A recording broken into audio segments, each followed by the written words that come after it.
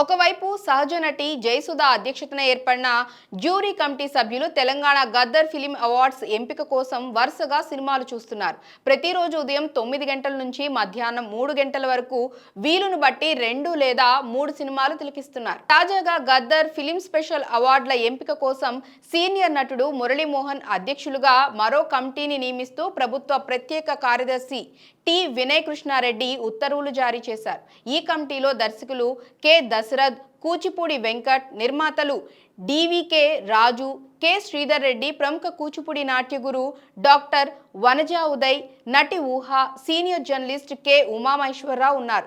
గత 10 ఏళ్లలో ఒక్కో సంవత్సరానికి ఒక్కో ఉత్తమ ఫీచర్ ఫిలింను ఈ అవార్డు కమిటీ ఎంపిక చేస్తుంది. అలాగే ఎన్టీఆర్, రఘుపతి వెంకయ్య, పైడి జయరాజ్, ప్రభాకర్ రెడ్డి తదితరుల పేరిట ఇచ్చే ప్రతిష్టాత్మక పురస్కారాల ఎంపిక చేస్తారు.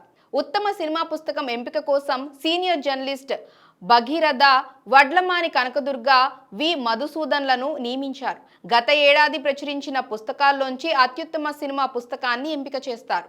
ఈసారి గతంలో కన్నా భిన్నంగా అత్యంత భారీ నగదు పురస్కారాలు ఏర్పాటు చేయడంతో సినీ వర్గాల్లో గద్దర్ అవార్డ్స్ పై ఆసక్తి నెలకొంది. సర్వత్రా చర్చ జరుగుతోంది. ఆంధ్రప్రదేశ్, తెలంగాణ అని చూడకుండా గద్దర్ ఫిలిం అవార్డ్స్ ను పారదర్శకంగా నిర్వహించే ప్రయత్నం అభినందనీయం.